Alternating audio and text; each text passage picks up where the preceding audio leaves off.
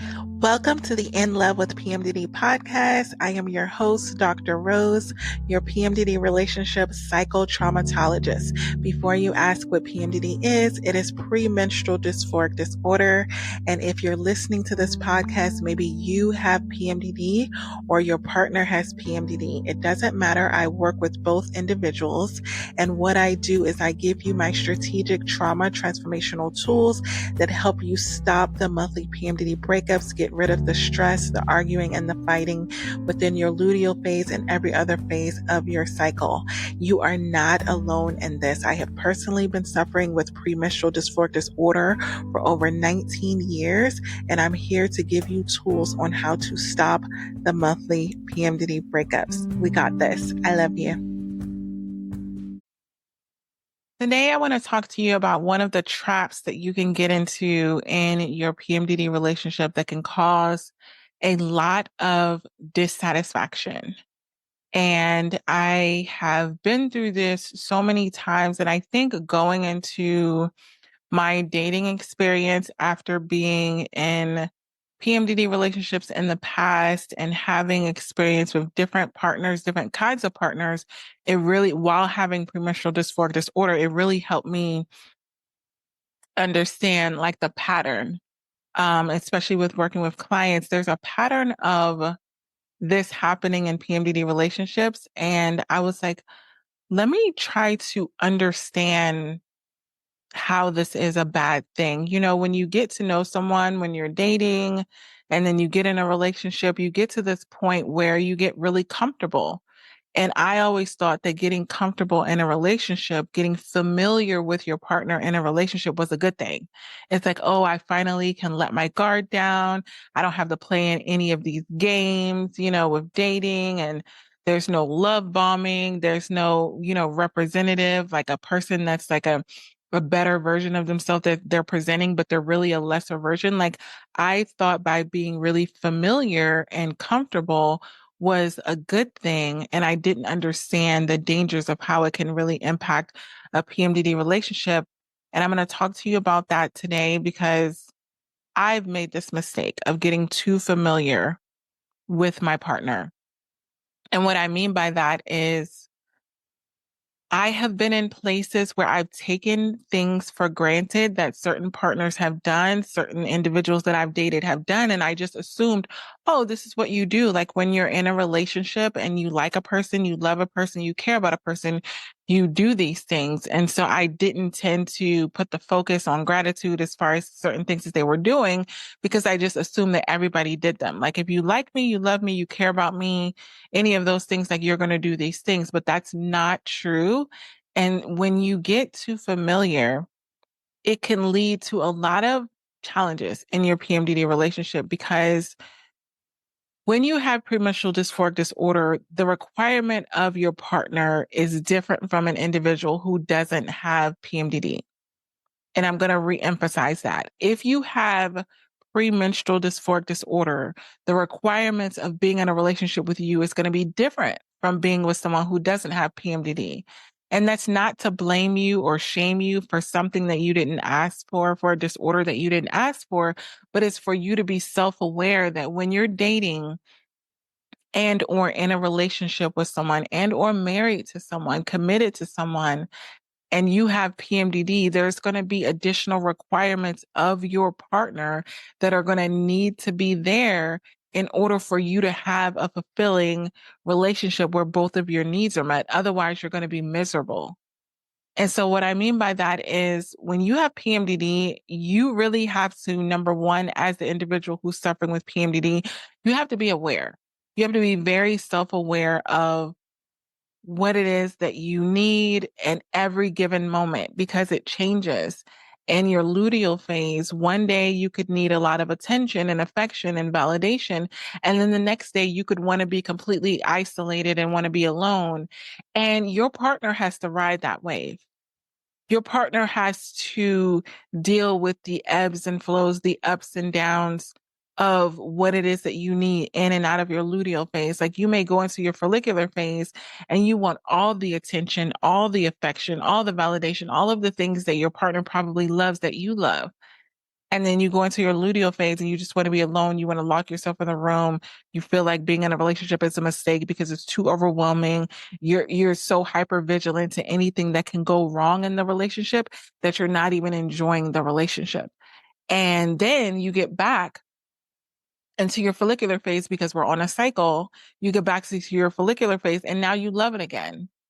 And so, number one, you have to recognize what you're requiring of the individual that doesn't have premenstrual dysphoric disorder is for them to fluctuate as you fluctuate. Meaning, when I want you to love me, you need to be there to love me. When I need you to give me space, you need to be there to give me space. It's like a remote control. It's like picking a show on Netflix. It's like pressing play and pause, and you're asking someone to shift and change their life and their emotions and their desires and their needs to meet your needs because you have premenstrual dysphoric disorder. And again, going into a relationship or being in a relationship with someone who has PMDD, it is, you have to be intentional about keeping your eye on why you're in the relationship in the first place. Because if you're not really clear on why you're there, what the purpose is, what the vision is, just like any company, if a company isn't clear, because one of my other billion jobs is HR and human resources. I'm a human resources director. And what I do is when I go into a company, I understand what the CEO's mission, their vision is for this organization. And I work with multiple organizations where I'm understanding the core of what it is that they want to convey to their clients, to their clientele with their product. And I'm getting to know that so that I can make sure that anybody that is hired by me is reflecting that. The same thing is going to happen in your PMDD relationship. You have to make sure that who you're choosing to be your partner is going to reflect what it is that you're going to need in any phase of your cycle, but it's work. Anyone that tells you that being in a PMDD relationship is supposed to be easy breezy and it's supposed to be so easy, and if it's difficult, then you're not compatible, maybe you shouldn't be together, maybe you should just be single. No, it's work, but it's worth it. All of the individuals that I counsel, that I have worked with that have premenstrual dysphoric disorder are the most caring and loving, and they love deeply, they care deeply, they don't want this disorder, and they're just really good individuals. And I'm not saying that because I'm one of them, because I'm an individual who has PMDD. I just know that when I get to the root, when I chip away at their suffering and I really get to the root of who they are, which is what I had to do for my dissertation, interviewing so many individuals that have PMDD, they're really good people. And not saying that other people aren't good people, but I mean, they have a deep, everyone is different. Everyone who has PMDD is different, but they have this giant heart that genuinely wants to love someone, which is why they're choosing to be in a PMDD relationship. Anyone can find out that they have PMDD and just decide to be single, but you're in a relationship for a reason. And when you go into it and you're picking a partner, some of you have picked a partner before you even recognized that you had PMDD. I've done that so many times earlier in my journey. I didn't know I had PMDD. I picked a partner based off of how I felt in the moment, in the phase of the cycle that I was in. And then when it became difficult, sometimes I would be like, oh, they're the problem, they're the problem, they're the problem. So if you're dating and you have PMDD, that can be a thing where you meet someone in a certain phase of your cycle and you're all of a sudden feeling like everybody else is the problem without really recognizing that you're feeling off in the moment. Like, and it's not for you to just automatically know, because if you don't know that you have PMDD, you don't know that you need to have this radar on that's monitoring how your emotions are and how you feel in any given moment. But there are certain times where I have dated individuals, been in relationship with individuals, and I'm looking at my journey now where I'm so self-aware, I'm so clear on what PMDD is in my life because it's different for everyone. And if you're my private client, you know that I really get to know you with PMDD, not just a cookie cutter, like, oh, this is what the big medical books say that PMDD is. So this is what you should be experiencing. I get to know you and I get to know how PMDD is affecting your specific PMDD relationship. And for me, I noticed that I took a lot of my past partners for granted in certain areas. And because I was too familiar. Like so for example, communication. Communication is huge for me in relationships. I'm a communicator. I like to communicate via writing. I like to communicate via talking. I like to communicate via video messaging and vlogging. I just love to communicate in relationships. Some people need that, desire that, want that all the time. And then some people are like, just check in when you check in and then I'm good.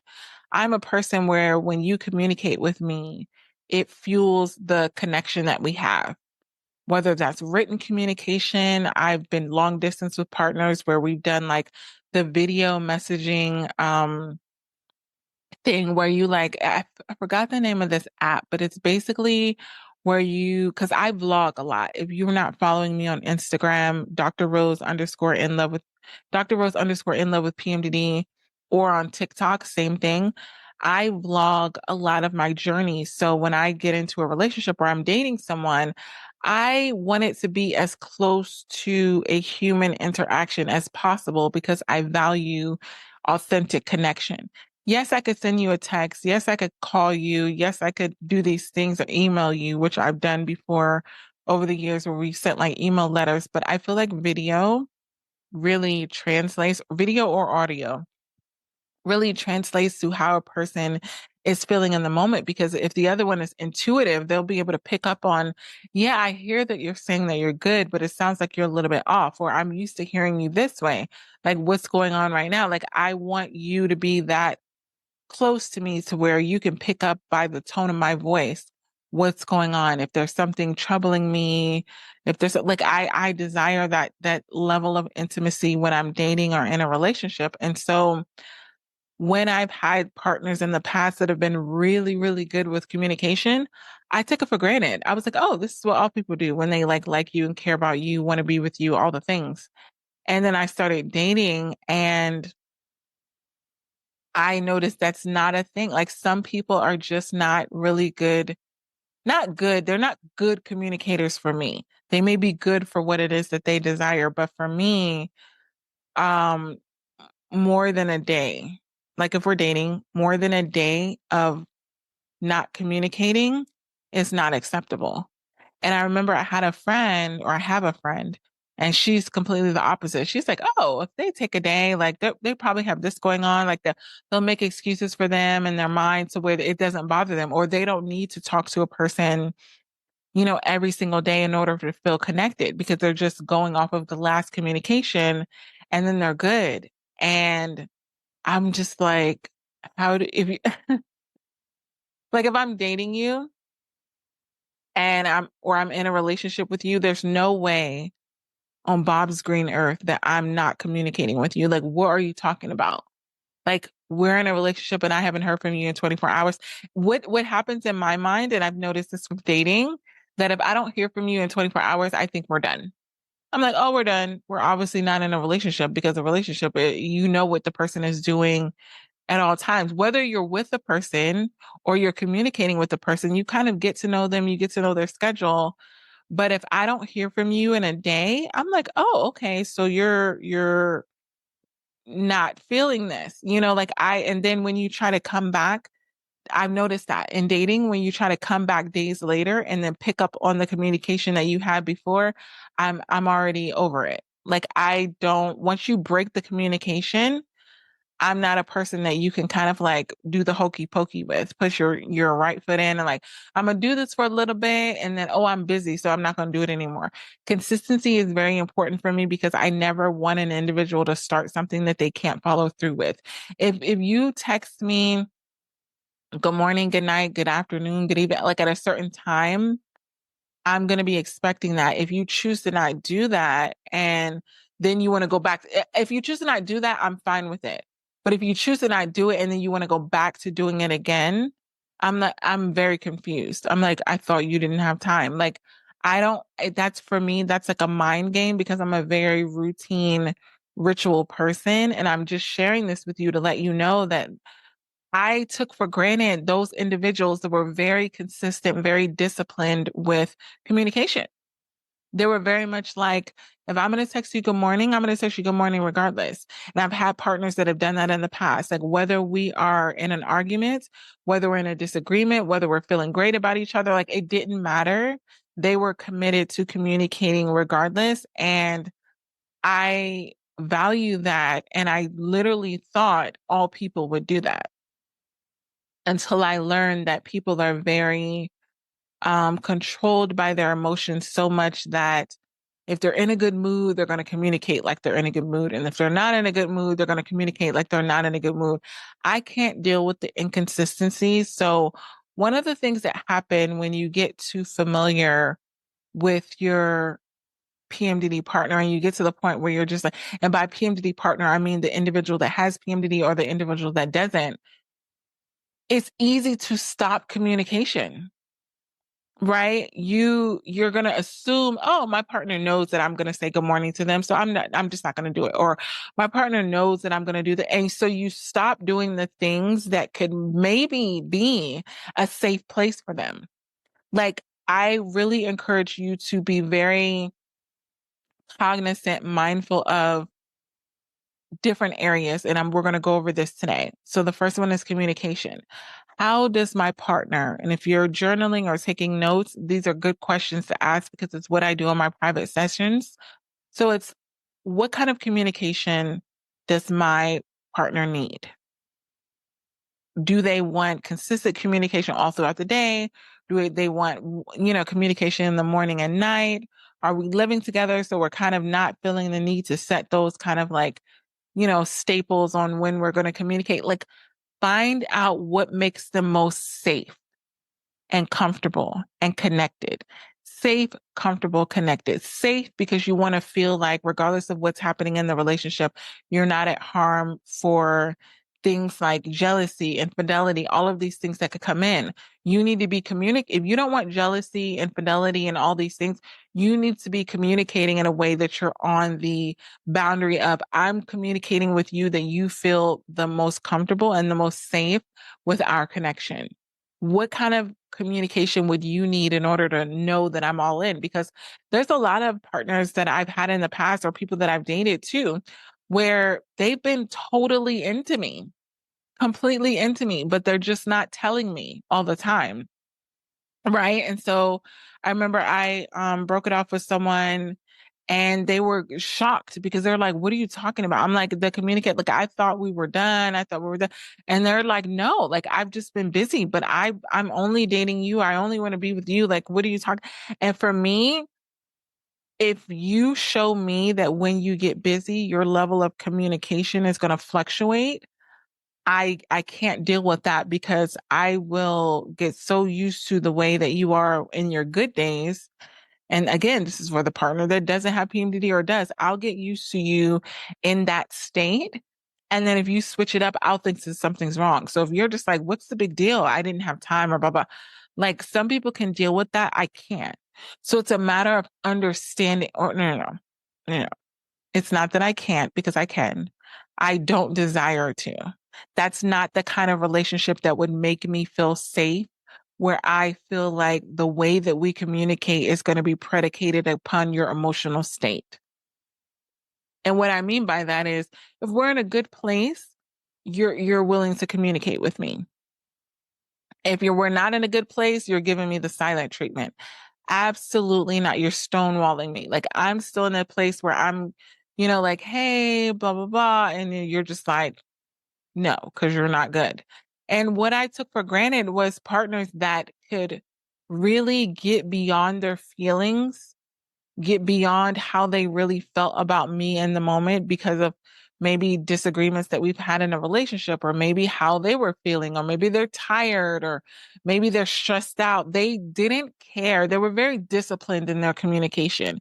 And I remember taking that for granted because I was like, oh, yeah, of course they're going to communicate with me. Like they're my partner. But when I recognized that that was a trait that they had to work really hard to do, then I really like was like, wow, I should have appreciated that more. When you get too familiar with your partner, you tend to not treat them as they deserve to be treated in a way of magnifying the qualities that they have and provide for the relationship. Like, if I would have known what I know now in that previous relationship, I would have continuously said to them, like, how appreciative I was of their communication style. Like, I love that you make me feel safe. I love that I know when I call your phone or I text you, like, you're always going to respond regardless of the state of the relationship. Like, there's some people where if you're not doing good, they're turning off their location on the phone.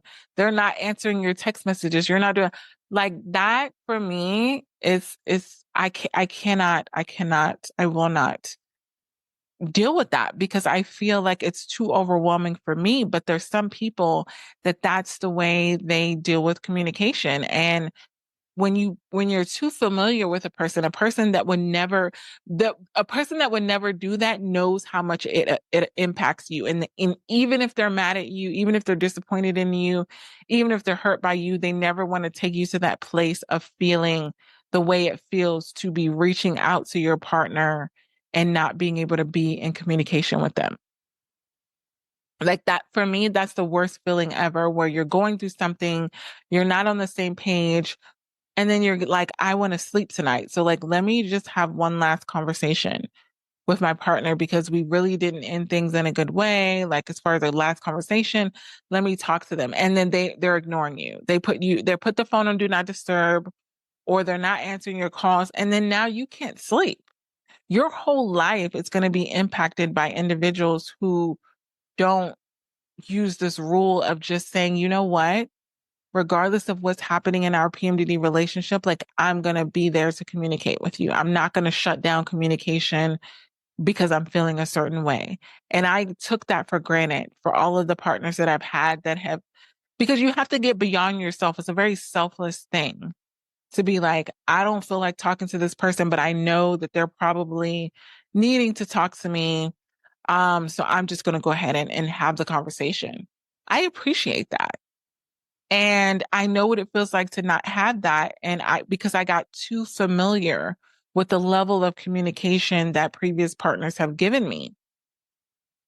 And so the next thing that happens is when you get too familiar is you start disrespecting boundaries.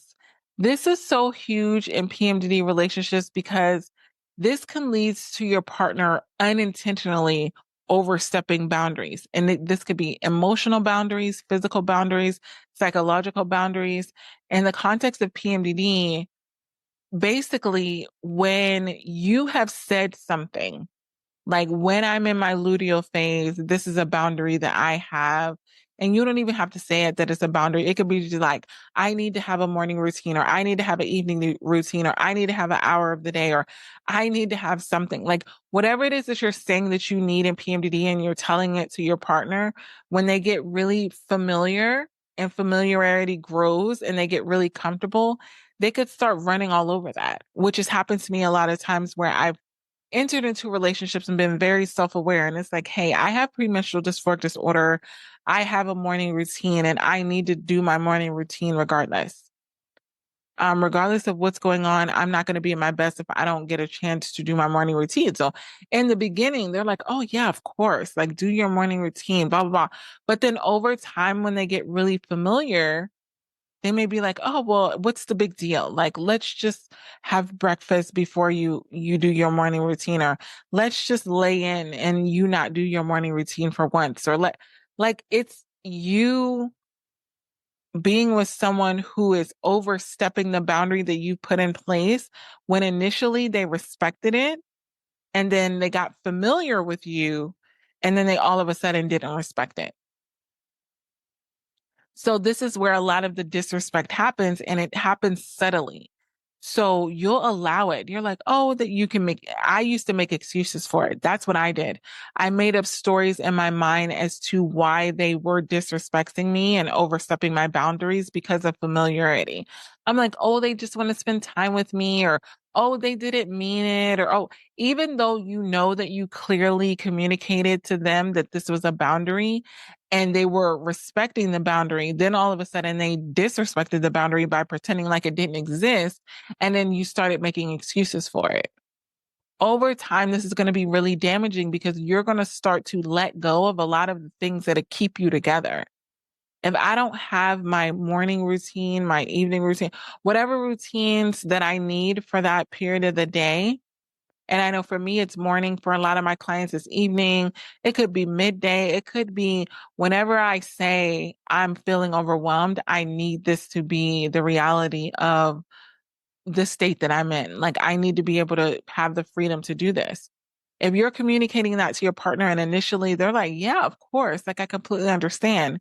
And then all of a sudden, when it leads to them not getting their needs met, it's a problem, then it's because they're too familiar. They're like, yeah, you have that boundary, but what about me? I need my needs met. Yeah, you're doing this, but what about me? I need my needs met. That's normally what it is if you stop doing something for them that is going to meet their needs, then all of a sudden your boundaries are an issue. Your boundaries are a problem. I was in that situation where I was with someone that wanted to connect really, really early in the morning. And that was right when I needed to do my morning routine in order to make sure that I was at my best. And so it was kind of like they were forcing me to make a choice. And because they got so familiar with how I was, I started to let go of my boundaries, loosen the reins, and started to not do my morning routine and pour into them. And they got so familiar that they didn't even act appreciative when I did that. They knew how much it took out of me to not do my morning routine and go immediately into pouring into them, but they took it for granted. And that's the next thing that can happen when you get too familiar. The things that your partner is doing for you, you're taking it for granted and saying, of course they're doing this. They're my partner. Of course they're doing this. They're my husband. They're my wife. They're my partner, whatever. I know you may be in a situation where you don't have to work. Your partner works.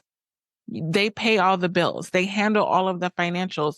You are free to be a stay-at-home mom, to be a stay-at-home wife, to be a stay-at-home husband, to be a stay-at-home, whatever it is, you're or a stay-at-home partner because your other partner is out there working.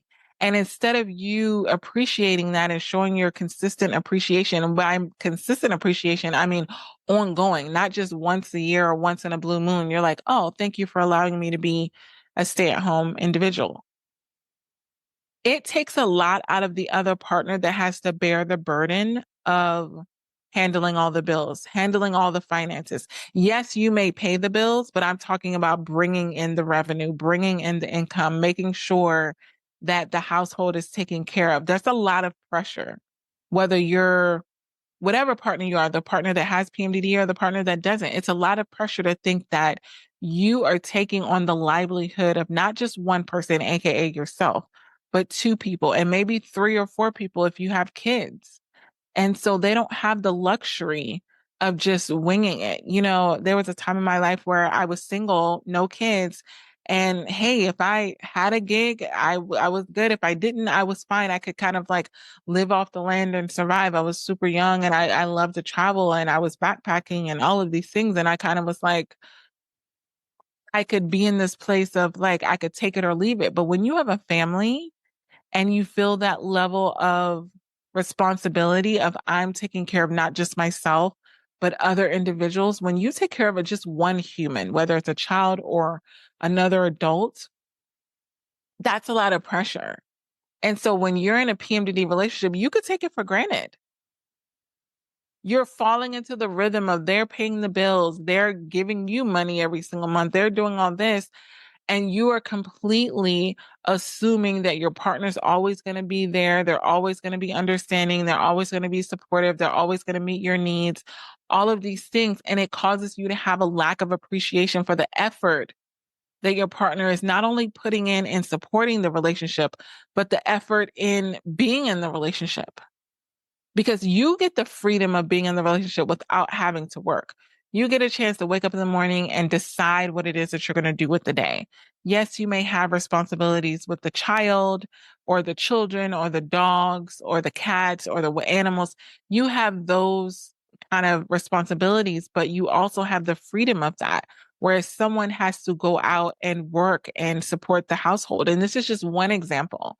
It may be another situation where you just assume that your partner is very empathetic and they're always asking you how you're feeling and they're always supporting you emotionally. They're always your sounding board. Whenever you have something really, overwhelming going on, they're always there to talk to you, to talk you off the ledge, to make sure that you feel safe, make sure you feel loved and comfortable. And you can take that for granted. Think about right now, think about the things that your partner is doing that you could potentially be taking for granted. I know, and probably in every relationship that I've had, I can pick one thing that a partner has done that I've just gotten too familiar. Yes, I appreciated it in the beginning, but then as time went by, I'm like, yeah, that's just what they do. And it wasn't intentional. It was a subconscious thing because I was so comfortable with the value that they were bringing to my relationship that I just assumed that, yes, of course, it's what I deserve and it's what I desire, and they're doing it to make me happy. So, all the things, but I didn't feel the need to overly extend my appreciation for it past the first couple of months, because I'm like, oh, that's just who they are. Like, they're always checking in on me. They text me every day. They text me all day. They ask me, did I eat? They ask me all these things. Like, I value that so much, but I didn't value it when I had it. I valued it when it was taken away and it was replaced with individuals that didn't know how to communicate. Going back to communication, my best friend's, hers is acts of service, right? So it all ties into your love languages. She loves an individual that's going to get up, that's going to cut the grass, go pick up the groceries or order lunch or order dinner or make plans or do things that make her life easier. Like, she values that. And when you get with someone who automatically does that, you could take it for granted. You can really take it for granted. And so the next thing that can happen when you have this level of familiarity, you can become complacent when it comes to emotionally connecting with your partner. Let me ask you this question. When is the last time that you and your partner have really connected emotionally? Not emotionally over a fight, over an argument, over negative emotions, but when have you connected emotionally? When have you felt so intimate with your partner, so close that you talked about a situation or you talked about how you were feeling and you felt so close to them because you felt like they really understood you and you were able to connect on that? That is so important in PMDD relationships, because when you're in this place of dealing with the ups and downs of being in the luteal phase for the partner that has PMDD and the partner that doesn't, it can trigger feelings of isolation where one partner says, this is too much for me. I can't deal with this. Or the other partner says, I'm suffering too much. I can't deal with the suffering of PMDD and the relationship. So then you lower your emotional connection. You don't put any effort towards connecting emotionally because honestly, you think that they're not going anywhere. How many times have you felt so comfortable in your relationship because you genuinely felt like your partner wasn't going anywhere? You felt like regardless of what I've done, what I do, they're not going anywhere. That's a dangerous place to be because it gives you the freedom to react anyway, act or react anyway in the relationship without ever thinking that I've gone too far. You don't have any boundaries. You don't have any non-negotiables. Like, regardless of how I'm feeling in the moment, I'm not going to call them out of their name. I'm not going to yell at them. I'm not going to curse at them. I'm not going to do this. You don't have that boundary set because you genuinely feel like they're not going anywhere. You've been in the PMDD relationship where it's gotten verbally abusive and they've stayed. And so now you're in a situation where you're like, oh, if I did that, because your brain is very strategic. If I did that before and they didn't go anywhere, then I could pretty much do anything. Because you may be thinking to yourself, if someone did that to me, I would be out. But the fact that they're still here lets me know that I don't need to change because they love me. They care about me. They want to be with me. So regardless of how I treat them, they're still going to be there. And you may not be in that place where you're willing to admit it, but your actions are showing that. You may not say it out of your mouth and say like, hey, you can nag me, you can yell at me, cuss at me, all the things. You're still going to be in this bed tonight. You can say you're going to leave me, you can break up with me every single month, but you're still going to be back. You're still going to be back. You're going to begin to, when you get so familiar with this, you're going to begin to take your partner for granted and be like, they're going to have these emotions and we're still going to be in this relationship. So I really don't need to take anything that they're saying seriously because they're pretty much going to be in this relationship regardless. And I've been in this place a lot of times before where it's happened to me where I've given warnings like, hey, I can't continue this relationship like this. Like, I can't do this because of this reason. And I've literally laid it out. And these are the changes that I feel need to happen. And what are your thoughts on it? What are things that you want changed? Like, I've had the open communication, and because I had it again and again and again, and I've given chance after chance after chance, they're like, oh, she's not going anywhere. And then when I finally do, they're completely shocked. They're like, oh my gosh, I can't believe this relationship is ending. I can't believe we're breaking up. It's like, I've been talking to you about this forever, but you got too comfortable, too familiar. You were looking at the fact that I was putting up with certain things and you literally thought you could do whatever and I wasn't going anywhere. Because here's the thing, when you value someone, whether it's, I'll give you a perfect example, taking it outside of a PMDD relationship. If I value a job because the job is paying me, let's just say $500,000 a year. I'm saying that because I say in the Silicon Valley, these people are rich. Okay. You have to be rich to live here. Like there's no way. And I'm like, okay, you're going to pay me $500,000 or $1 million a year. I value this job because there's a lifestyle that is attached to the job. And so if someone kept saying like, oh, you're being late, if you keep being late, like we're going to have to let you go. But then you're late again and they don't let you go. And so you're just like, okay. Like every time they say it, you're like, oh, okay, yeah, yeah, yeah. And then you keep being late. And then one day you go to scan your badge in because everything here is automated. You can't get anywhere without like a fob or a badge. And you go to scan your badge and it doesn't go through and you get an error message and you're like, what's going on? I can't get into my office. It's like, oh no, we had to let you go because we warned you that if you continuously were late, like, we're going to have to let you go. And then you act so shocked and you're like, oh my goodness, like, what are you talking about? You did what a lot of individuals do in relationships. You got too comfortable because the consequences weren't enforced. This is what happens when you so I would advise you to be very mindful of the consequences that you throw out, because if you're not willing to follow through on them, then they're going to sound like a fraud. They're going to get too familiar with you. If you keep saying, I'm not going to be able to be with you if you do this, and then they do it, and then you're still in the relationship. Now they're too familiar. Now they're like, okay, well, I just pretty much have to get through this argument, listen to you, nag me and yap and say whatever. And then we're just going to go back to how we normally are. You're getting too familiar with the dysfunction in the relationship. So there's no desire to change, no desire or intention to change because you feel like the person's just saying it just to say it. So then what you end up doing is you overlook their emotional needs, their emotional and their physical and their financial, their spiritual, all of the things. Whatever it is that your partner is needing in the relationship, when you're so familiar with them, you're overlooking it. Oh, they pay all the finances. Of course they can pay it. Like they'll get, if they lose their job, they'll just get another job. Like they're always going to support me emotionally. Oh, they're so needy. They're so clingy. Like they just need to find something else to do. You're ignoring it. Oh, their physical needs. Oh, my body hurts. I have aches. I have symptoms. I don't feel like it. Like I'll, do it whenever I feel like doing it. They'll be all right. You're ignoring it and dismissing it. And this is dangerous because during their most vulnerable moments, these are the things that they need. Your partner, whether they have PMDD or they don't, they need tenderness.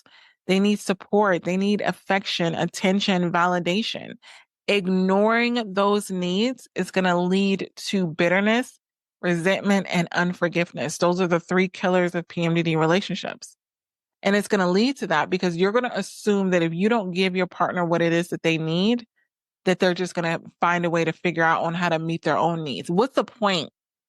I remember being that's what ended one of my relationships, one of my PMDD relationships. I said, what is the point of being in this relationship if I have to meet all my own needs? Like this is a scam. I'm literally in this relationship. I'm meeting my needs emotionally. I'm meeting my needs physically. I'm meeting my needs financially. I'm meeting my needs spiritually. I'm doing all the things that I desire and deserve for myself. So what is the point of me being connected to someone? Because I know if I'm connected to someone, I'm pouring into them. So not only am I meeting all of my own needs, but I'm also meeting a big bulk of theirs too.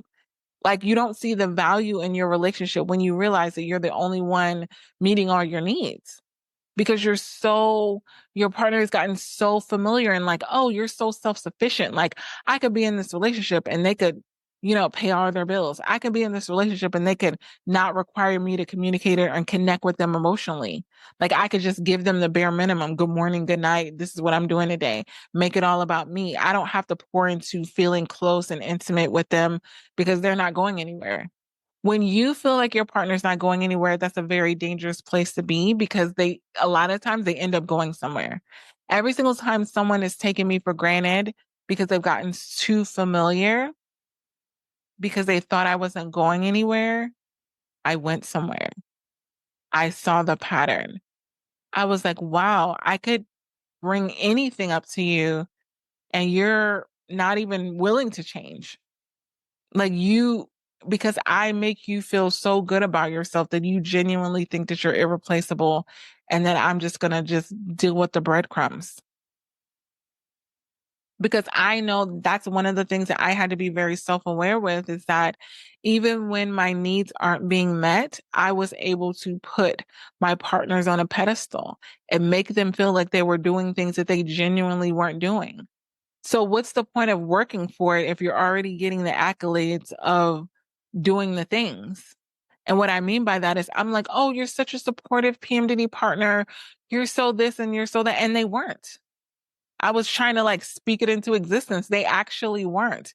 But because I was already giving them the validation, they were so comfortable, so familiar with getting that validation that it's like, why would I give any extra effort if I'm already getting the accolades for something that I'm genuinely not doing? And so the next thing that can happen is there's this increased reactivity.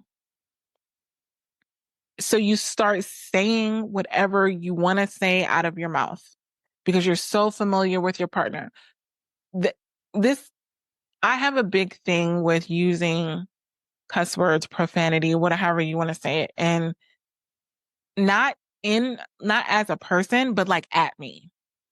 Like if you, and I don't, this is a clean podcast and I've talked to you about this before that I have my podcast clean because there's so many individuals that are so young, at the age of 13 and they have PMDD. So I want to keep this clean. I don't want it to be blocked, by them, but I don't have an issue with an individual that uses profanity.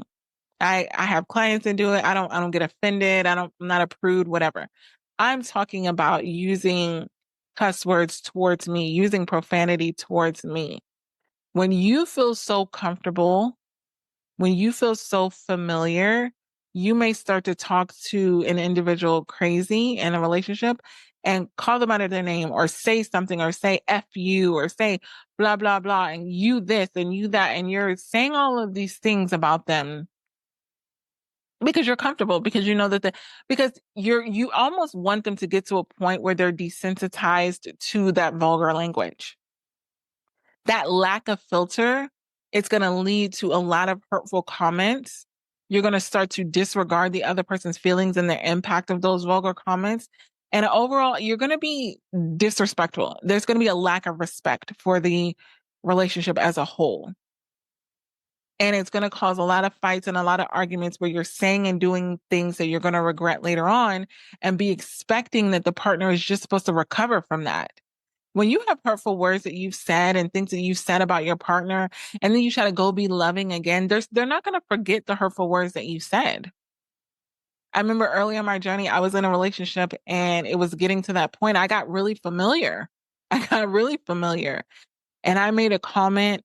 I crossed the line. I made a comment that was not nice in the middle of an argument. And I remember this partner taught me such a big lesson because I was so comfortable in the relationship. I thought I could say and do anything and they weren't going to go anywhere because they did genuinely love me and love with me, obsessed with me, all of the things. And so I'm like, oh, so they're not going anywhere. And I remember him saying to me, if you speak to me like that again, we're done.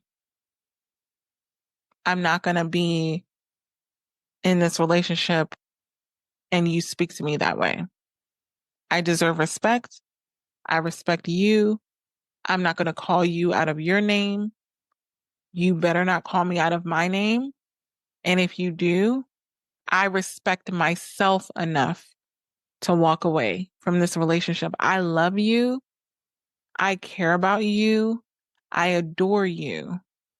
But I will not be in this relationship where you're speaking to me that way. And I remember looking at them like a deer in the headlights look. Like I was so shocked because they said it very calmly. And if I really thought about it, they never spoke to me disrespectfully. Did we have arguments? Yes, but they had the level of emotional intelligence, of the self-awareness, of the self-discipline to control their emotions when they spoke to me. And I took that for granted. I took it for granted that I could be like, because I was in whatever. And they never crossed that line. They would be like, okay, well, we're going to have to talk about this later because you're obviously not in a state to talk about this. And I'd be like, yeah, but we need to talk about. They literally walked away. And when they made that comment, like, if you talk to me like that one more time, like, we're done, I believed them. Like, I went out of the state of familiarity because I saw that not only were they clear, they were calm, but it was a reflection on me because I was like, well, do I even really feel that way about this person? No, I don't. I'm just in a place where I'm not in a place of managing my own emotions, and I'm letting whatever I think and what comes to my mind come out of my mouth.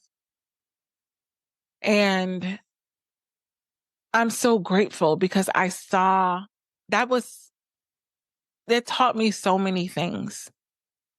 And it made me, I was like literally tearing up because I was like, wow, I got so comfortable, so familiar that I was willing to speak to them that way, to disrespect them. They didn't deserve that. What they deserved is if I felt really heightened in my emotions, angry, bitter, resentful, like offended, rejected. I took the time to deal with my emotions in a way that didn't project it on them, even if they were the cause of it. Your emotions are not the responsibility of anyone, especially your partner, to manage.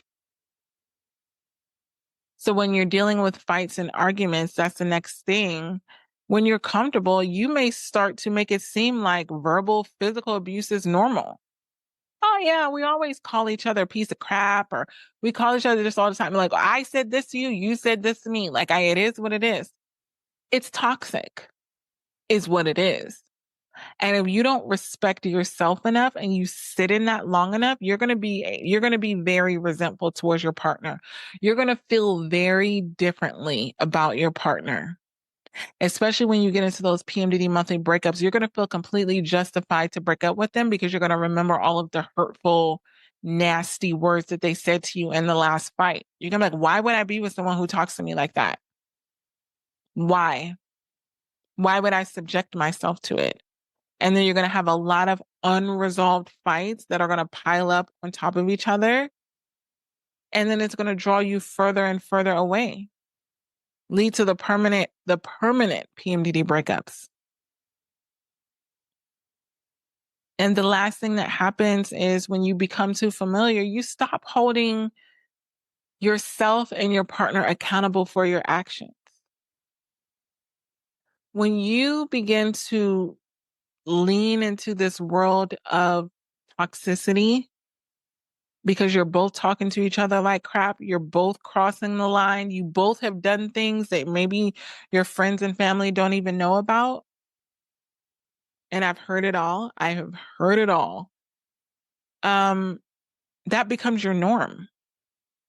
And it really sets you up for the kind of relationships, not just in intimate, the kind of relationships that you accept in your life. I've seen the transference of getting comfortable from a intimate partner move on to a parental relationship, meaning your partner has disrespected you in front of your child. And now in turn, your child is disrespecting you and you're confronting it to your child and saying, you're not going to talk to me like that. And they're looking at you like, well, you let so-and-so talk to you like that. So why can't I talk to you like that? Like, if you don't respect yourself enough to walk away from a situation that is disrespecting you, why would you expect me to treat you any differently? So now we have an issue with the child and parent relationship and the partner relationship.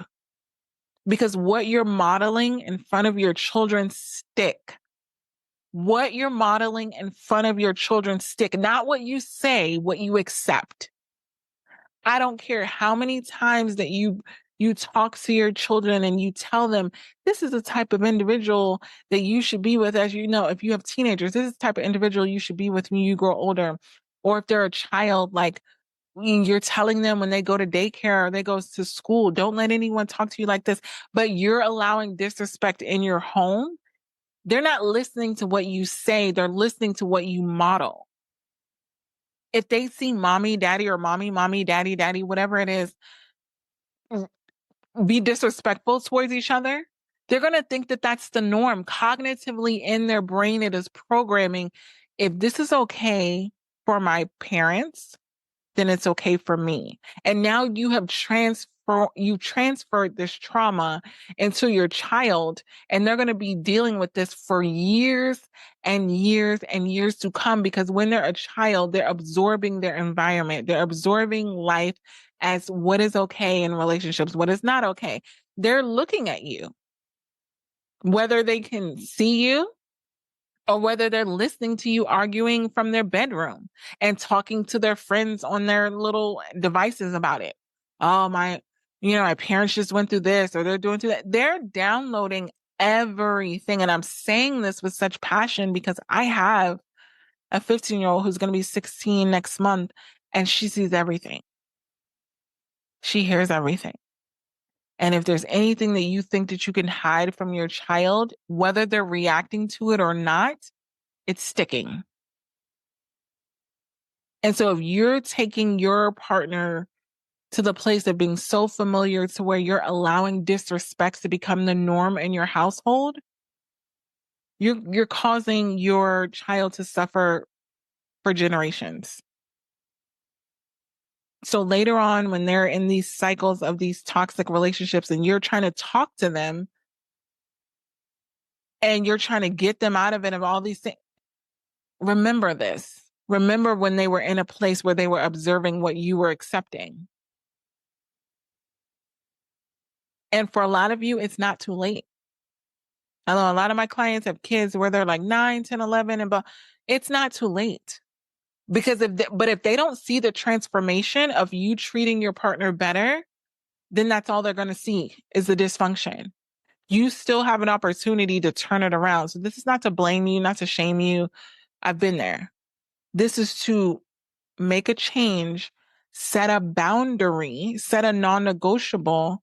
I'm not going to have this toxic behavior in my home because not only is it affecting me and you, but it's affecting our children.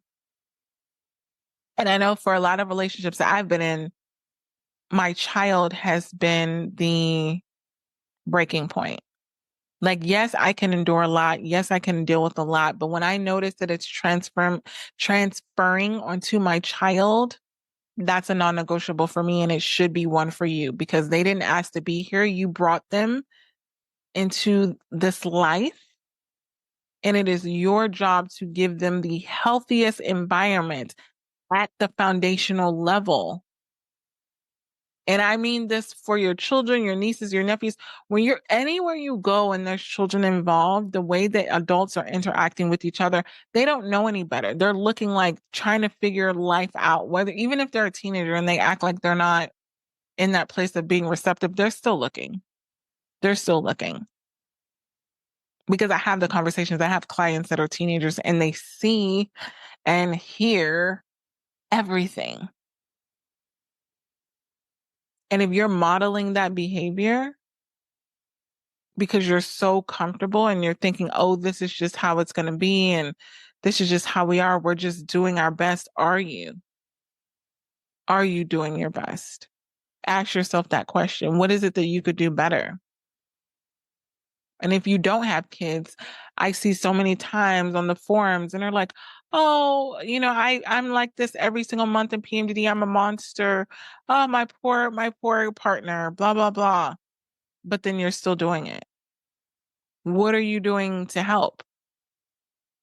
It's one thing to acknowledge that your behavior is not acceptable, but you've gotten to the point where you're throwing it out there and then you're just like, huh, like they'll be all right because they're not going anywhere.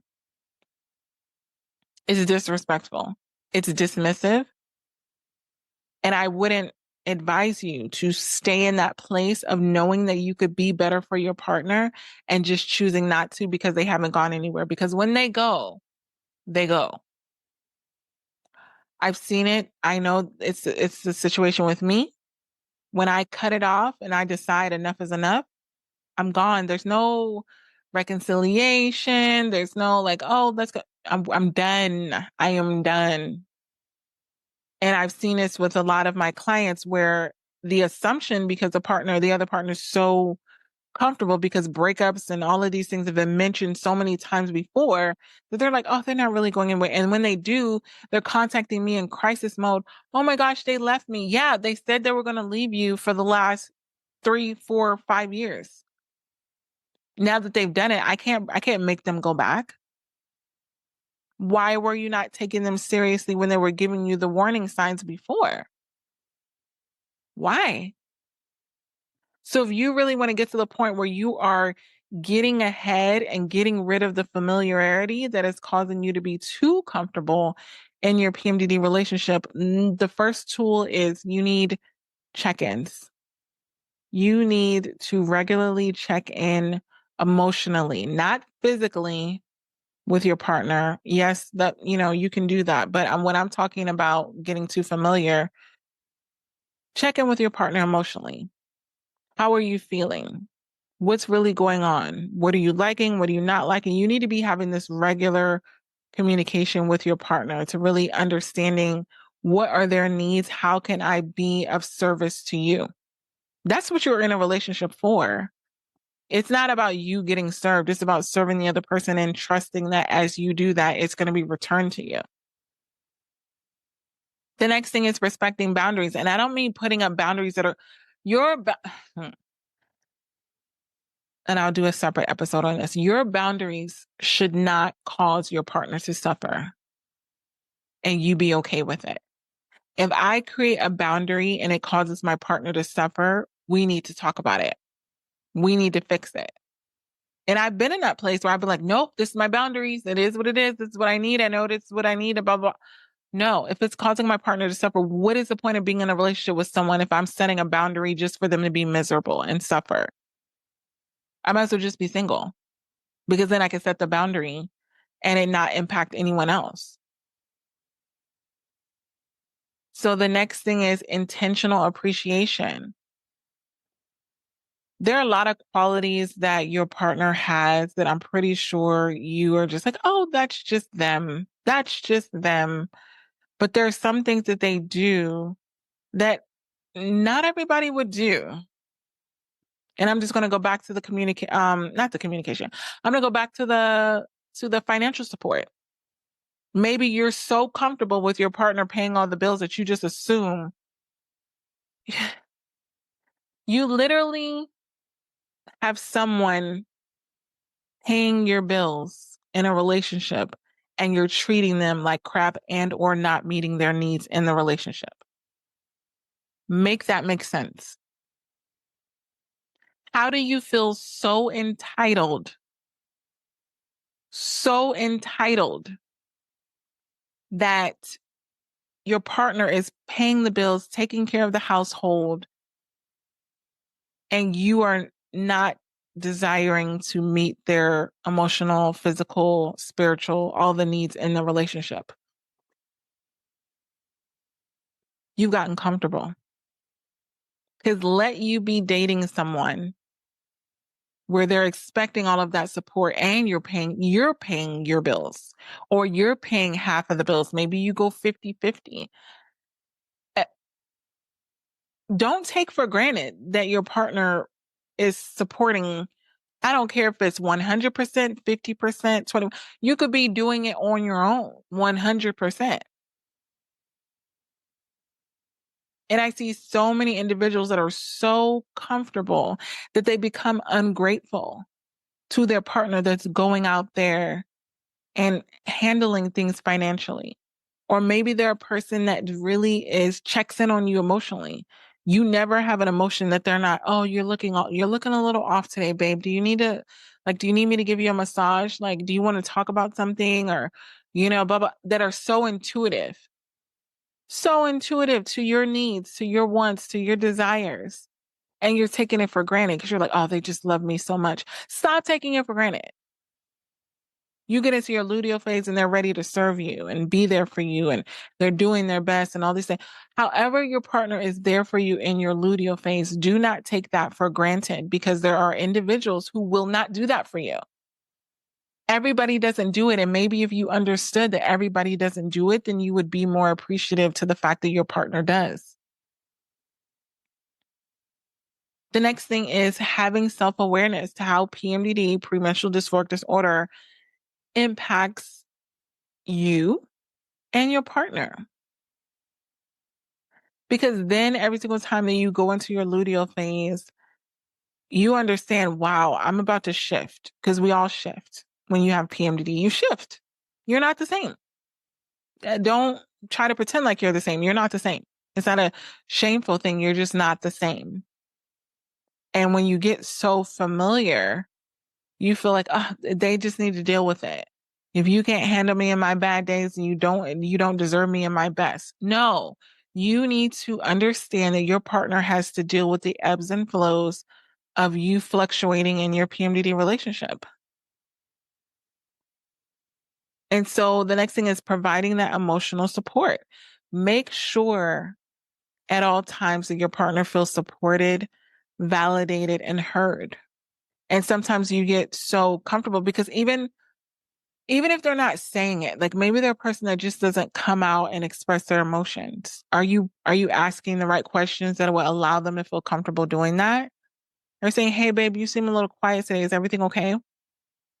Or hey babe, is there anything you want to talk about? Like, or if you can't assume like, oh, they're not asking or they're not saying anything, so they must be fine. No.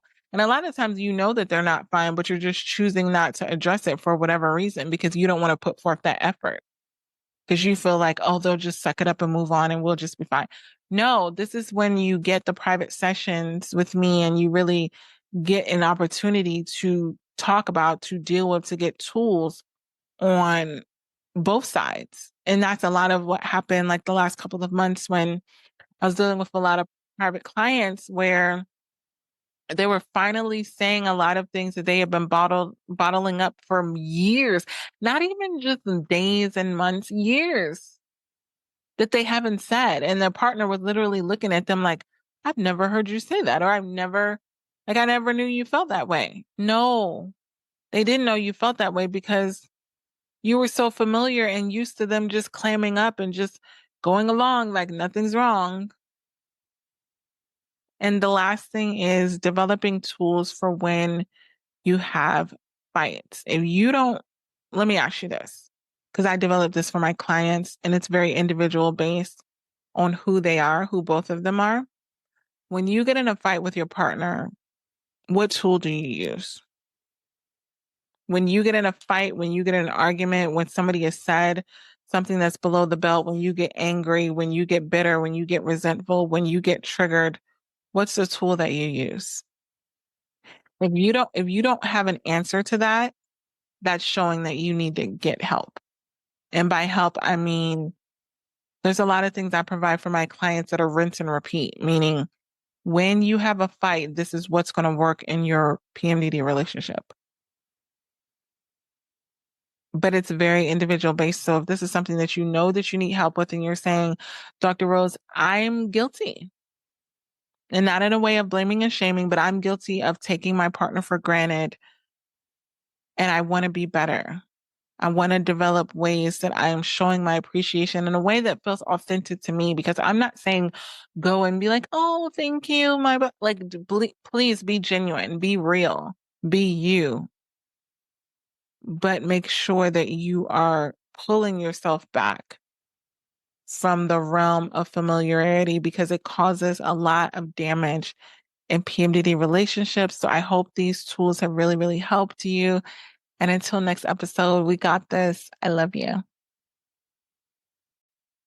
I hope these PMDD trauma transformational tools in this episode today helped you and your PMDD partner. If you're listening to this and you know that you need help further, you need customized PMDD relationship advice, go to inlovewithpmdd.com, get those counseling sessions. And until next episode, we got this. I love you.